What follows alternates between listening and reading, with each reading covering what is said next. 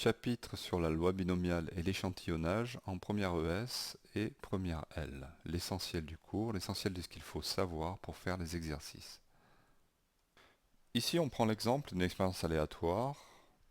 On lance une pièce et on note le côté de la pièce, pile ou face. Donc on a un premier lancé qui a deux issues, face ou pile. Puis on relance, donc on répète l'expérience, ici, deuxième lancé, face ou pile, on représente ces deux lancers par un arbre. Après le face peut venir un face ou un pile, et après le pile peut venir un face ou un pile. Et etc. au troisième lancer, et à chaque fois, on a deux possibilités, face ou pile. Pour chaque chemin parcouru, on a une issue. Ici, on a rencontré l'événement F, F, F, face, face, face, donc on a l'issue face, face, face. Et en dessous, face, face, pile, et etc., etc. Donc le nombre d'issues, ici, 8, c'est le nombre de chemins qu'il y a dans cet arbre possible. À chaque lancer, on a donc deux possibilités qui ont chacune une probabilité, P1, P2. Donc on construit comme ça notre arbre de probabilité. De la même façon, à chaque intersection, on a deux possibilités, ici, P1, P2. Que l'on écrit aussi, si on nous donne la valeur de la probabilité d'avoir un face, celle d'avoir un pile et un moins P, forcément. Donc on pourrait noter de cette façon. Ou même noter que le P, sachant qu'ici, forcément, c'est un moins P. Un autre exemple, ici, l'expérience aléatoire et on tire une boule de l'urne. L'urne étant ici composée de 6 boules vertes et de 3 boules rouges et d'une boule bleue. Donc le premier tirage, c'est soit une boule verte, soit une boule rouge, soit une boule bleue. Les probabilités associées, c'est P1, P2 et P3. Comme on répète l'expérience ici, donc l'expérience est identique, c'est assimilé donc à un tirage avec remise. C'est-à-dire que la boule qui est tirée dans le premier tirage est remise dans l'urne afin de procéder au deuxième tirage. Le deuxième tirage ici a les mêmes issues que le premier tirage que l'on met à la suite de l'autre. Et donc on obtient cet arbre de probabilité.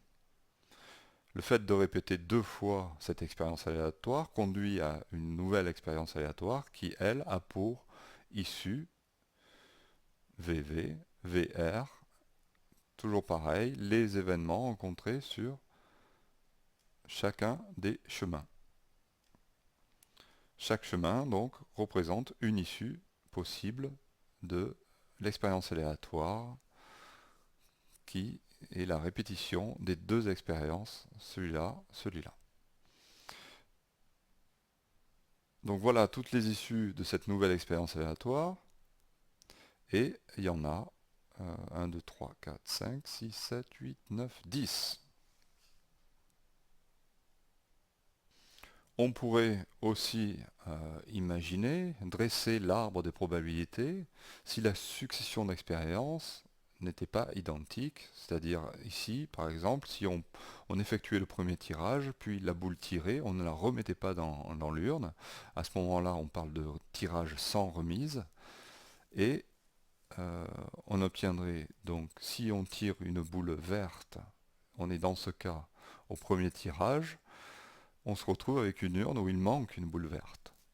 À ce moment-là, on n'est plus, l'univers n'est plus le même. Donc les probabilités sont différentes. C'est pour ça qu'on écrit P4, P5, P6. En effet, la probabilité d'obtenir une verte n'est plus de 5 sur 9, de 5 neuvièmes, mais de 4 huitièmes. De la même façon, si le premier tirage conduit à une boule rouge, alors cette boule rouge n'est plus dans l'urne. Ainsi, on obtient la probabilité de V, c'est 5 sur 8, au lieu de 5 neuvièmes. Donc on a encore 3 autres probabilités différentes, parce que l'univers a encore changé. Et pareil, si on tire une bleue en premier, l'univers change, il n'y a plus de bleu, ainsi les probabilités changent. Et même la probabilité d'avoir une bleue est nulle, du coup. Donc on n'est pas obligé de mettre cette branche. On pourrait l'omettre. Et dans ce cas-là, les issues sont celles-ci. Les issues de cette expérience qui traduit la succession des deux tirages, sans remise, à 9 issues. Qu'est-ce que l'on appelle épreuve de Bernoulli? Donc c'est une expérience aléatoire avec deux issues possibles, que l'on note 1 ou 0, succès ou échec, S ou E, ou succès et S bar, le complémentaire, l'échec. La loi de Bernoulli, donc c'est les probabilités associées à ces deux issues. Donc succès, si la probabilité du succès est P, forcément celle de l'échec c'est 1 moins P. Ainsi on mettra P ici, 1 moins P. Ou comme je disais tout à l'heure, P tout seul, puisque forcément on a 1 moins P sur l'autre branche. Des exemples d'épreuves et de lois qui sont assimilées, qui sont des lois de Bernoulli. Donc ici, c'est toutes les expériences aléatoires à deux issues. Ici, quand on lance une pièce et qu'on note la face obtenue, donc c'est pile ou face. Qu'on pourrait noter aussi pile et complémentaire de pile, ou succès et échec. Donc le succès correspond à pile. Ici, hein, on pourrait choisir que le succès c'est face.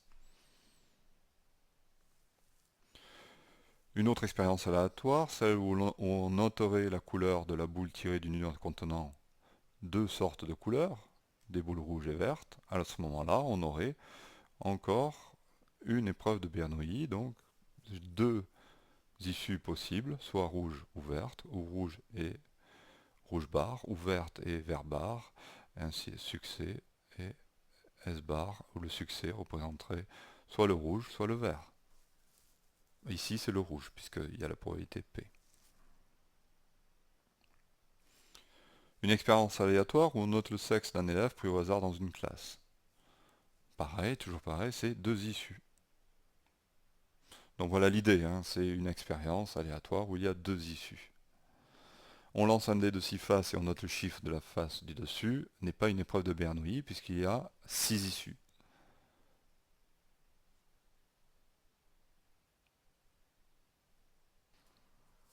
En revanche, si on lance un dé de 6 faces et on note si on obtient un 6 ou pas un 6, eh bien ça, c'est...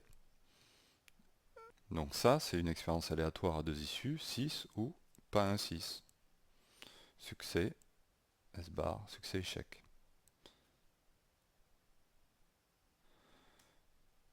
Pareil, on lance un dé à 6 faces, on note si l'on obtient un chiffre pair ou pas.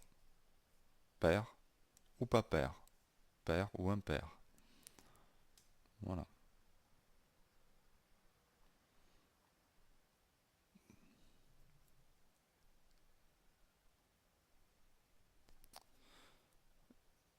Alors, la répétition des preuves de Bernoulli. Donc on répète des expériences aléatoires qui ont deux issues, où il y a succès, échec, succès, échec, succès, échec. Donc ça a la même forme que les arbres de probabilité du début. Et on obtient, si on a trois répétitions, on obtient des issues de ce type. En gros, on a trois succès,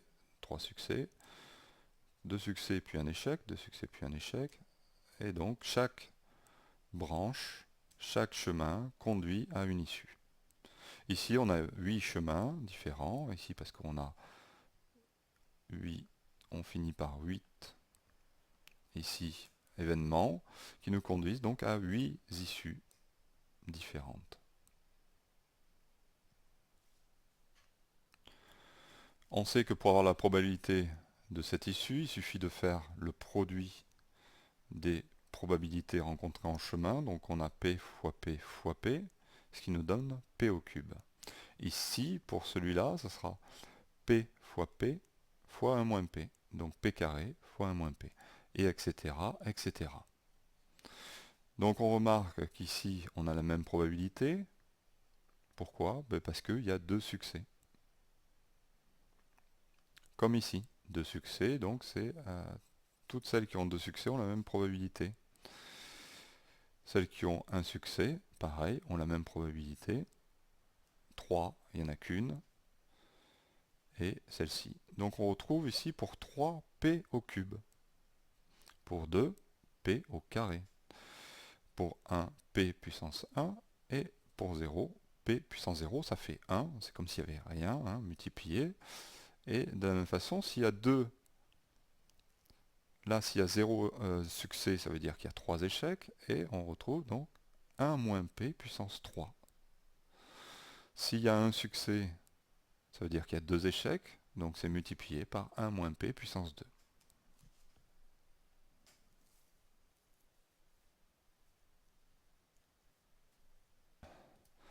Les chiffres entourés, en fait, ça va représenter le nombre de succès. Donc si grand X est la variable aléatoire qui compte le nombre de succès, on a ceci. Hein. Donc pour P de X égale 3, c'est P au cube. Pour P de X égale 0, c'est 1 moins P au cube. Et pour P de X égale 2, eh bien, X égale 2, c'est-à-dire 2 succès, on a ça, ça, ça. C'est-à-dire 3 chemins pour y arriver. Donc 3 fois cette probabilité. C'est cette probabilité plus celle-là, c'est 3 fois P au carré, facteur de 1 moins P. P au carré, c'est 2 échecs, et 2 succès et un échec. P de x égale 1, il y a 3 ici, c'est le nombre de succès, donc il y a un succès. Quels sont les chemins qui mènent à un succès? Il y en a 1, 2, 3, chacun ont la même probabilité. Donc c'est cette probabilité plus celle-là, comme c'est la même, c'est 3 fois celle-ci. 3 fois P puissance 1 puisqu'il y a un succès, facteur de 1 moins P puissance 2 puisqu'il y a 2 échecs.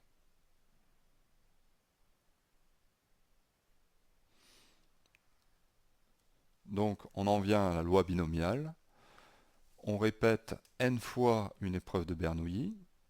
Une épreuve de Bernoulli, je rappelle que c'est une expérience aléatoire qui a deux issues seulement, de probabilité P, c'est-à-dire que l'issue succès a pour probabilité P, et de façon indépendante, c'est-à-dire qu'elles sont indépendantes. Voilà. C'est comme si on recommençait à 0 à chaque fois. X est la variable aléatoire qui compte le nombre de succès. La probabilité de X est alors la loi binomiale de paramètres n et p. On dit aussi que x, la variable x, suit la loi binomiale de paramètres n et p.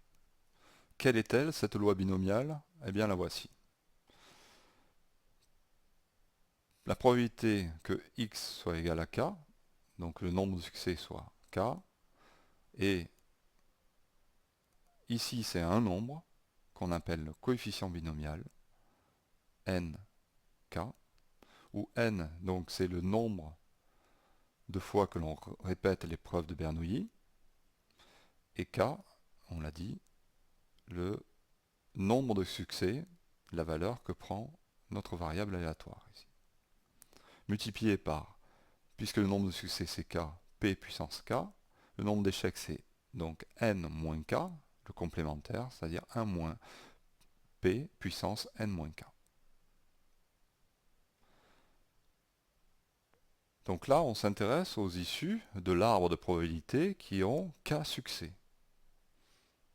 C'est-à-dire qu'on a eu succès, succès, succès, succès, en prenant le chemin k fois. On a rencontré k fois le succès. Et donc n-k échec aussi.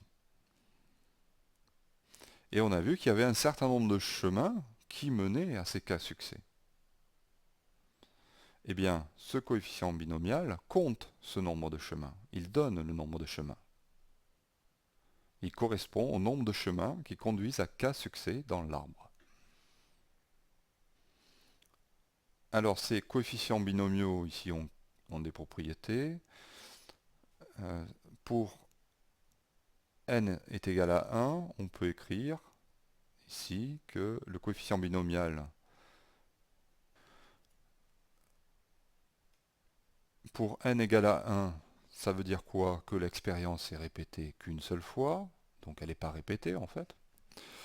Donc il n'y a qu'une seule expérience, une épreuve de Bernoulli, qui a succès ou échec. Ici 0, ça veut dire qu'on considère quel est le nombre de chemins qui mène à l'échec, à 0 succès. Eh bien il y en a un. Donc ce nombre vaut 1. Quel est le nombre de chemins qui mènent au succès? Il y en a un aussi, puisqu'il y a deux chemins, succès, échec. Visualisez l'arbre des probabilités. Pour n égale 2, on raisonne de la même façon. Donc on a une succession d'épreuves de Bernoulli, donc un arbre comme ça. Il y en a combien de chemins qui mènent à 0 succès? Il y en a un, c'est celui d'en bas. À 1 succès, il y en a un comme ça et un comme ça. Donc ça fait 2. Et à 2 succès, il n'y en a qu'un. Donc ça vaut 1. On s'aperçoit d'une chose dans la construction ici, c'est que tout à l'heure, pour n égale 1, on avait trouvé 1 et 1. Eh bien, si on fait la somme, bon ici il n'y a rien avec qui je peux faire la somme, donc ça fait 1. 1 plus 1, ça fait 2, et 1 ici.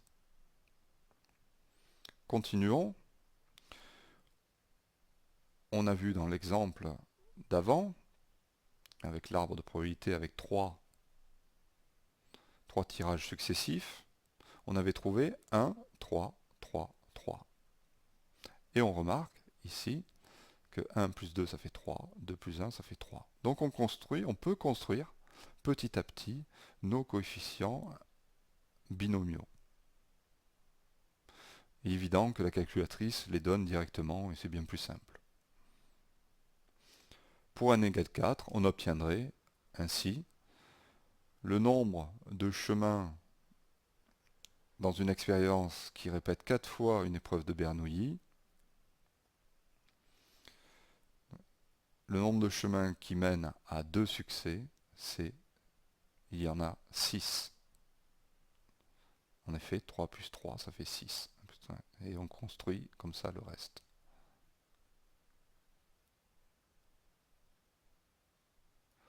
On remarque que pour tout n supérieur ou égal à 0, on a le coefficient binomial 0n qui est égal à 1 et nn qui est égal à 1 aussi.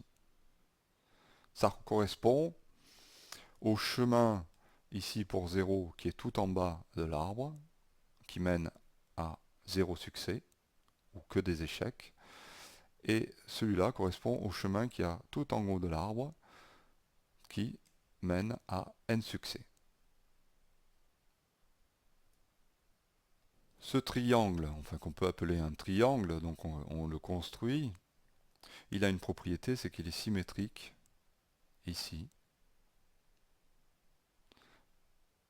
Et cette symétrie nous permet de retenir cette propriété, le coefficient binomial qui compte le nombre de k succès sur n tirages est égal au coefficient binomial de n-k succès sur n tirages.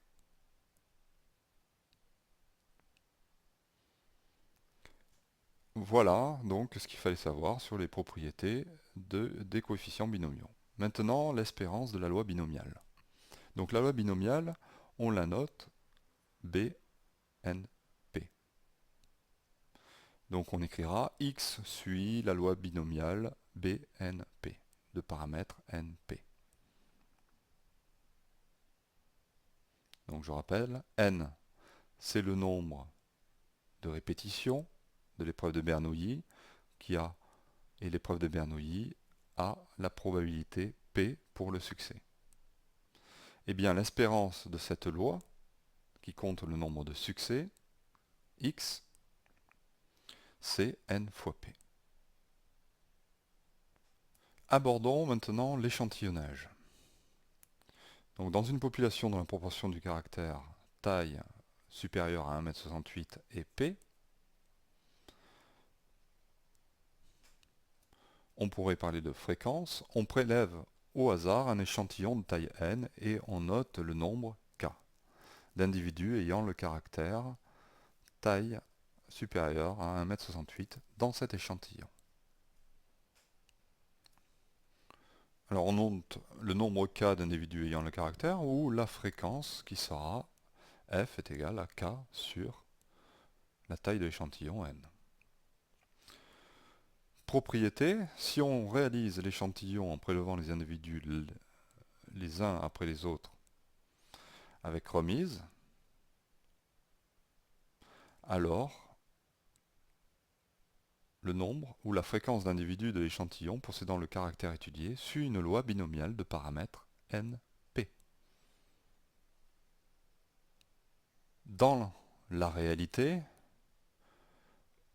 on ne va pas remettre l'individu quand on va faire un sondage auprès d'une certaine population, on ne va pas remettre l'individu dans la population puisqu'il y est déjà. Par contre, on va considérer que si la population est assez grande par rapport à n, donc ça, il faudra déterminer quantitativement quand est-ce que la population est assez grande par rapport à n. Donc quand on considérera que la population est assez grande par rapport à n, alors on pourra déterminer qu'un tirage, on pourra dire qu'un tirage sans remise s'assimile à un tirage avec remise.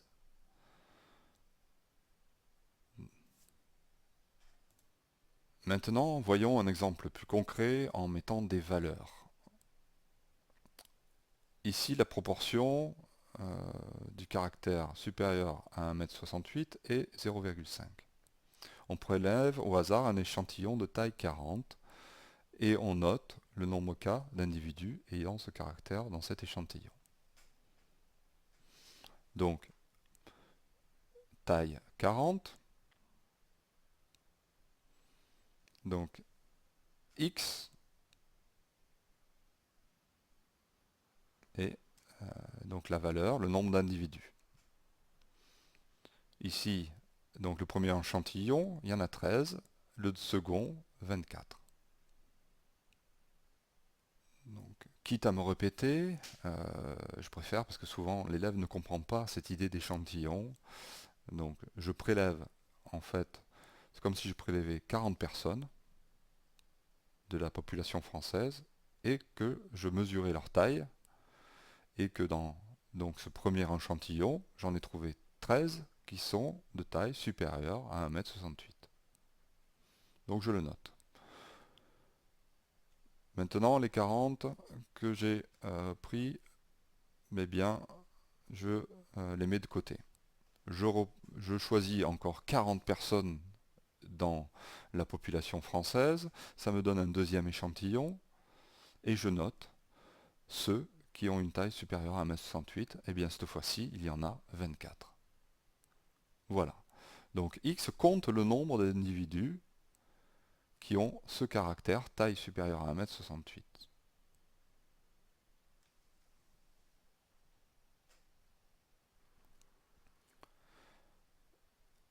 Donc, c'est le nombre d'individus, K, mais si je veux regarder la fréquence, ça va être 13 sur le nombre total d'individus de l'échantillon, c'est-à-dire 40. Donc là, j'aurai non pas 13, mais 13 sur 40, et là, 24 sur 40. Et donc là, c'est la fréquence. C'est la fréquence observée d'après un échantillon de la population, ou des échantillons de la population. Pour un grand nombre d'échantillons, eh bien, on aurait, voilà, pour nos premiers échantillons, si on en prend plusieurs, eh bien, le millième échantillon, il aurait la valeur 24 sur 40. Mais ce n'est pas le seul, il y en a plein d'autres. Donc ici, on va empiler les, les résultats, quelque part, c'est ça. Et cet empilage, en fait, cette barre représente la proportion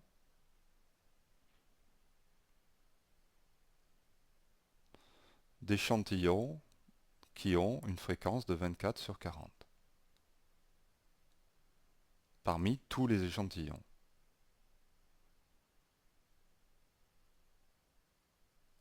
Donc attention, ne confondez pas la fréquence observée dans un échantillon, qui se situe ici, qui est liée au caractère là, et à la proportion située ici, représentée ici, qui donne la proportion des échantillons parmi tous les échantillons prélevés, la proportion de ceux qui ont tous la même fréquence observée, ici 24 sur 40. Donc, évidemment, on va avoir une barre, ici, une proportion pour chacune des fréquences observées qui existent.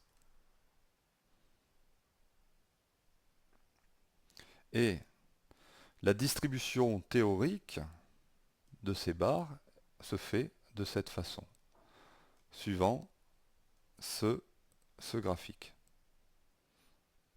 Voilà la distribution théorique des fréquences observées dans les échantillons. F40 suit une loi binomiale de paramètres 40 et 0,5. Donc revoyez la vidéo pour bien comprendre la différence entre la proportion ici, la hauteur des barres et la fréquence observée qui se trouve ici. Des échantillons, pourquoi tout ça est lié. Une autre illustration, ici on s'intéresse au caractère taille supérieure à 1,70 m. La proportion dans la population française est de 0,45. On prélève au hasard un échantillon de taille 10 et la loi binomiale de paramètres 10, 0,45, c'est celle-ci.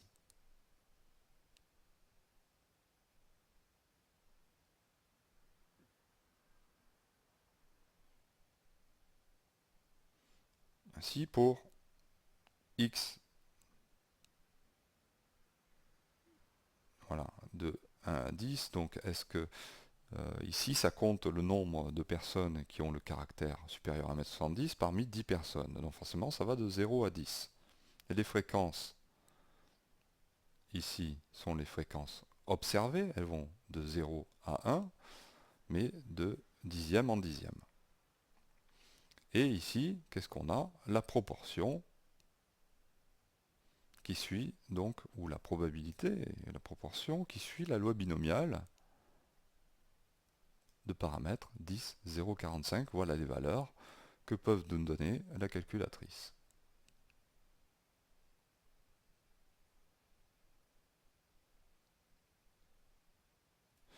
Le graphique de répartition, ici, en fonction du nombre,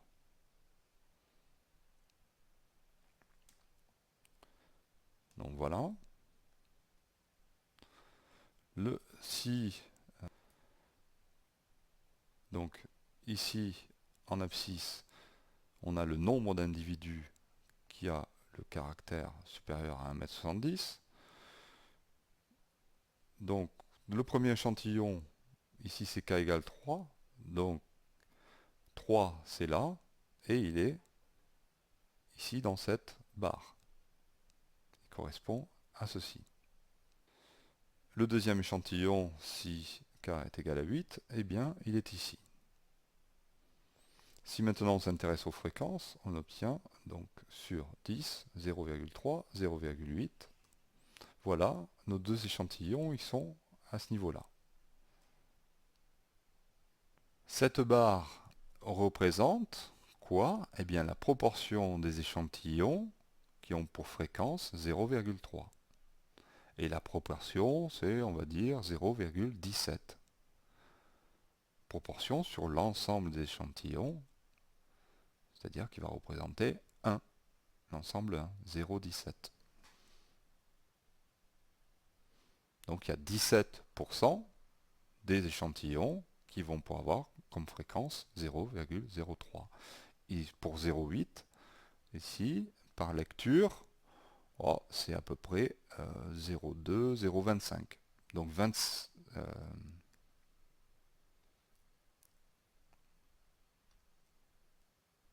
pardon, 0,025. Donc 2,5% des échantillons ont pour fréquence d'individu 0,8. Donc on s'aperçoit de quoi? C'est que pourtant la proportion de caractères ici c'est 0,45. Donc on devrait se situer tout le temps ici, mais dans la réalité, non. Dans la réalité, on se rend compte que ça n'a rien à voir, on suit ici, on est dans cet histogramme.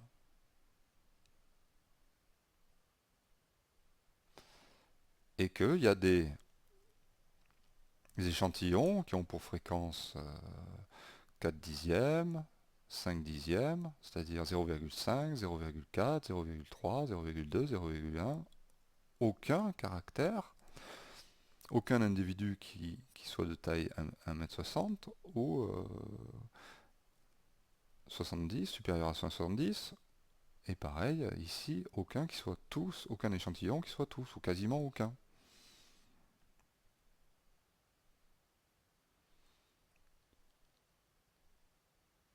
En fait, dans la réalité, quand on prend un échantillon, on voit bien que on est plus ou moins proche de la réalité, c'est-à-dire de la valeur 0,45. C'est vrai qu'il y en a beaucoup autour de 0,45. Ici, ça représente beaucoup, et si on prend en compte, on élargit un peu, ben ça représente encore plus d'échantillons. Puis si on élargit, encore plus. Prendre des échantillons, c'est effectuer un échantillonnage. Et ces échantillons, ben, ils ne sont pas tous situés, ils n'ont pas tous la proportion de caractères de la population française, 0,45. C'est normal, on a vu que c'était normal. Et ces échantillons, eh bien, la proportion qu'ils ont, cette fréquence, elle varie autour de cette valeur 0,45. Elle fluctue autour de cette valeur 45. Et donc on parlera d'intervalle de fluctuation. Et ce qui nous intéresse, c'est de savoir ici quel intervalle doit-on prendre pour avoir, mettons, 80% ici des échantillons qui sont contenus dans cet intervalle. Et 80% ou 95%. Quel est l'intervalle ici? Qu'est-ce qu'on doit choisir comme valeur pour qu'il y ait 95% des échantillons qui soient compris dedans? C'est ce qu'on appelle un intervalle de fluctuation au seuil de 95%. Donc on reprend, voilà la théorie. Si x une variable aléatoire de loi binomiale BNP, f la fréquence aléatoire associée,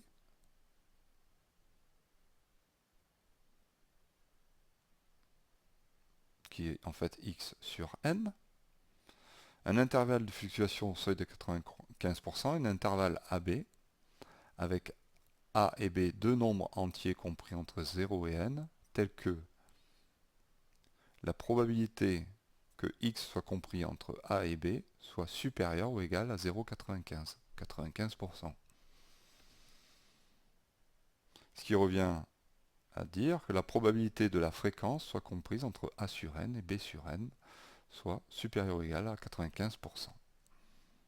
Voyons une propriété donc qu'il faut retenir et qu'on va utiliser juste après. Donc a et b de nombres entiers compris entre 0 et n, tel que a est le plus petit entier, tel que p de x inférieur ou égal à a est strictement supérieur à 0,025, ça fait 2,5% qui correspond ici à la moitié des 5% qui restent. B est le plus petit entier tel que la probabilité de x inférieur ou égal à b est supérieure ou égale à 0,975, c'est-à-dire 97,5%, et la totalité fait 1. Alors, si on a ceci, l'intervalle a sur n, b sur n est un intervalle de fluctuation à 95% de f. Voilà comment obtenir l'intervalle de fluctuation. Bien. Dans l'exemple ici de loi binomiale de paramètres 10 et 0,45, donc on va calculer ce petit a et ce petit b. La proportion en pourcentage nous est donnée ici, donc par la calculatrice, on a les valeurs, et en cumulé, ça donne ceci. Qu'est-ce qu'on veut? Donc le plus petit entier, tel que la probabilité que x soit inférieur à a, soit supérieur à 2,5.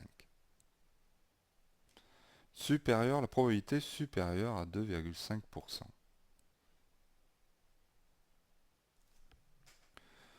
Alors, première remarque, déjà, pourquoi on a ici mis les fréquences cumulées? Parce que ici on a inférieur ou égal. Donc en fait, on fait la somme de toutes les probabilités des valeurs inférieures ou égales. Ainsi, on cherche ici la première valeur de x pour laquelle la proportion ici cumulée est supérieure à 2,5. Ici c'est 2,4, donc le 1 ne peut pas correspondre, et ici c'est 10, c'est bien supérieur à 2,5%, donc a vaut 2.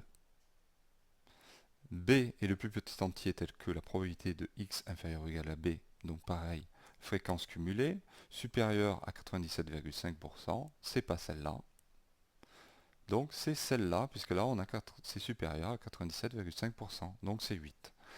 Alors l'intervalle 2 sur 10 et jusqu'à 8 sur 10 est un intervalle de fluctuation à 95% de f. Donc ici représenté par un diagramme en barre, 2 sur 10 à 8 sur 10. Dans ce diagramme, en bleu, sont représentés l'ensemble des fréquences donc ici, dont la proportion dans les échantillons prélevés, la proportion totale de tout ça, est supérieure à 95% ou égale. Alors en seconde, on avait vu un intervalle de fluctuation qui était celui-là, au seuil de 95%, avec ces conditions-là, et en première, on voit un autre intervalle de fluctuation au même seuil, et ici donné donc par un intervalle où il faut déterminer les valeurs des entiers a et b. Quelques remarques par rapport à ces intervalles. L'intervalle de fluctuation donné en première est plus précis, plus petit. L'intervalle de fluctuation donné en seconde est une bonne approximation de celui donné en première lorsque la taille des échantillons est supérieure ou égale à 30. Enfin, l'intervalle donné en seconde est un intervalle centré alors que celui de première ne l'est pas forcément.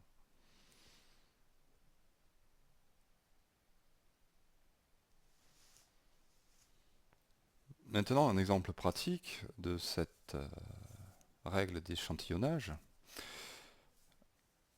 Comment va-t-on accepter ou rejeter l'hypothèse que la proportion d'un caractère d'une population soit P? Imaginons que quelqu'un affirme que le caractère d'une population soit 0,58. Donc c'est l'hypothèse. La proportion de ce caractère est 0,58. C'est cela. On prélève un échantillon de taille 40. Ici, on a la répartition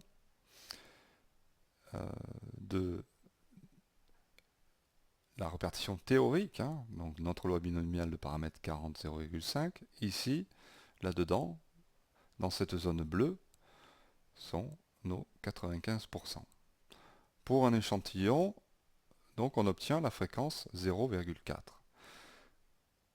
qui est ici, 16 sur 40. Elle n'appartient pas à la zone bleue, donc on n'est pas dans la zone des 95%.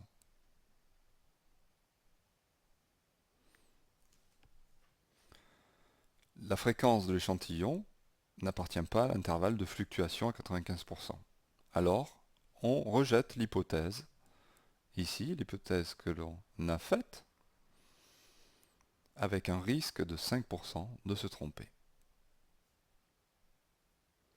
Donc, si la personne a affirmé que c'était cette proportion, 0,58, cette personne se trompe, à tort. Et on a 5% de chance de se tromper en disant ça.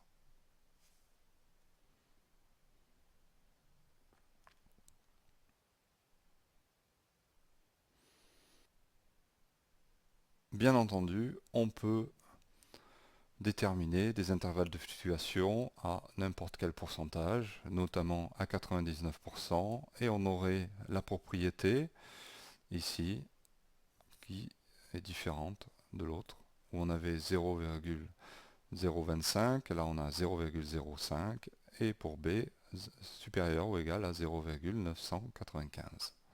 Voilà. Et on aurait la conclusion que A sur n, B sur n est un intervalle de fluctuation à 99%.